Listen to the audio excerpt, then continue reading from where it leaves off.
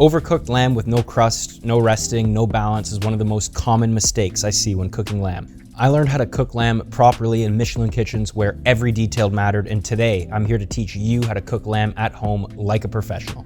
I learned how to make this dish when I was working in Toronto at a restaurant called Auberge du Pommier. It's called lamb persillade. I remember this dish very well. It was on the sauce section. We served it at the restaurant for quite some time. Still one of my favorite preparations of lamb. It's very classic, it's very simple, aesthetically pleasing. We're gonna roast the lamb, we're gonna finish it in the oven. We're gonna brush it with some Dijon mustard and give it this nice parsley, mint, breadcrumb crust on the outside. Put it back in the oven for another couple minutes and carve it straight through. Very straightforward, not very complicated. I love cooking lamb. I love eating lamb. Lamb is one of my favorite cuts of meat. So gotta thank Fortune Fish and Gourmet and D'Artagnan for sending me this product. Very, very good. They came Frenched already as it is. With lamb racks, I don't like personally to take too much fat off. I love lamb fat. I think lamb fat is so delicious. I'm gonna leave most of the fat on the top. I'm gonna leave them French right here and leave this sort of cap on the bottom as well. The only thing I'm gonna do, take the button bones out of the lamb, that way we can carve through it nice and clean at the very end, all right? Lamb racks, a lot of times you have these bones that exist underneath and in between the bones from the end of the lamb rack right here. So you have these bones in between, and what that stops you from doing is being able to cut in between each rack evenly when you're carving it. So what I like to do is just sort of feel with my hands, get those bones,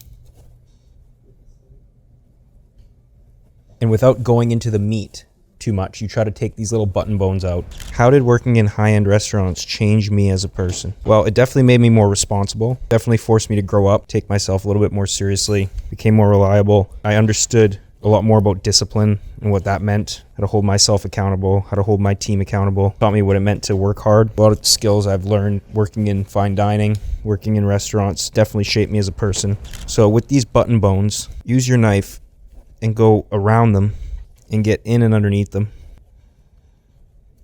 If you don't do this, you won't be able to carve your lamb nicely after.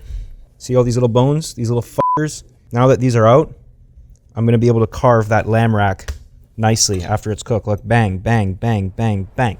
Got our lamb. Let's get our pan on medium to high. A little bit of olive oil, salt, pepper.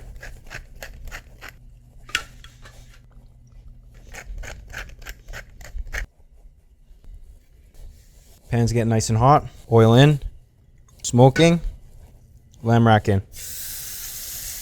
Like I said, make sure the pan's hot. Make sure the pan is the right size for the lamb.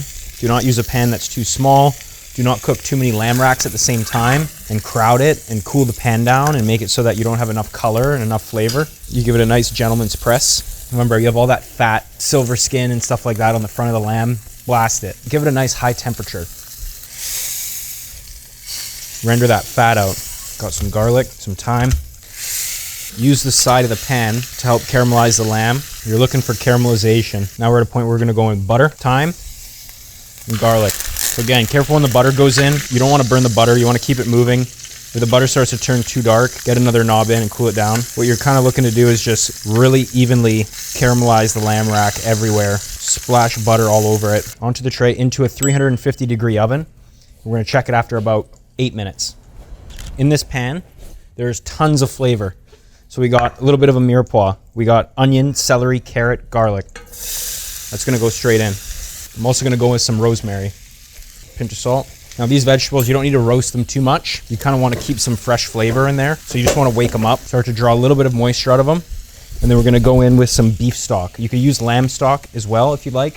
Veal stock, lamb stock, you want something with some body. So if you're gonna use just lamb, I would recommend putting a little bit of veal or a little bit of beef to give it a bit of volume. Beef stock in. Parsley crust. We've got parsley, mint. We've got a little bit of anchovy. We've got some lemon, some parmesan, some garlic, and some breadcrumbs. The anchovy, do not be scared of it. It's just a little bit. And anchovy and lamb is a great flavor combination as long as you don't put too much. It's not gonna taste fishy. It's just gonna give this really deep flavor. You're gonna chop the parsley and the mint up just a bit, so we don't need to blend them so much in the blender that they're super, super fine. Again, mint and lamb, very classic flavor combination, very delicious. Just chop those anchovies up nice and fine. Parsley and mint chopped, anchovies chopped, panko breadcrumbs, anchovy, mint, parsley, garlic. Not too much garlic, 1 clove. You don't want it to be too strong. You want the garlic to be raw. So you want it to be fresh tasting. All right, just make sure there's no skin there. The garlic's really gonna wake everything up. give it a punch. Zest 1 lemon. And Parmesan cheese. Salt, pepper, melted butter. Not too much melted butter. Get your blender and just pulse it. Beautiful parsley, mint, anchovy, Parmesan, breadcrumb. Look at how vibrant green. Lemon, salt, pepper, butter. So delicious.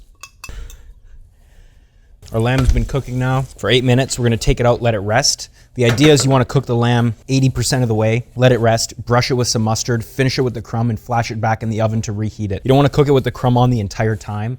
It'll start to get too toasty and just fall right off. As we're letting the lamb rest, we're gonna pass our sauce. Sauce is absolutely delicious, but I wanna bring it down a little bit. It's just a little bit thin, so that's going back on the heat.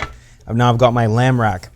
It's resting to a good medium, mid-rare, passing mid-rare, going to medium. What I'm gonna do is take some Dijon mustard and a pastry brush and just brush it on the lamb. You wanna take your lamb,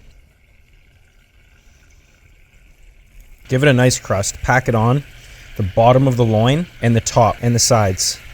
Now because there's butter in there, and cheese, like it'll actually adhere to the meat. And because you brushed it with Dijon as well. Look at that, it's taking me back. Beautiful green crusted lamb rack. Now what I wanna do is pop this back in the oven, about 2 to 3 minutes, and just get that crust crispy around the outside. So we have our beautiful lamb rack, persillade. Take a sharp knife. Rack of lamb, persillade. Classic dish. Very simple, very delicious. Elevated, I would say, and impressive if you execute it properly. Big thing is just do not burn that crust on the outside so it all falls off. And do not overcook the lamb, whatever you do. Lamb, I think, is best served medium. Good thing about lamb chops like this, you can just pick it up and eat it like a lollipop. Oh, Lord. Wow. That's good. Guys, rack of lamb persillade, you don't want to miss this dish. Absolutely delicious, classic, technical, impressive, will probably get you laid, will not make you better looking, but it might help. Give this recipe a try. Thank you, Jay Swar. You guys are the best. Guys, if you want to see more videos like this, me breaking down elevated dishes done simply, let me know in the comment section. Like, subscribe, do all those fun things, and I'll see you back here next time on the Josh Daniel Cooking Show.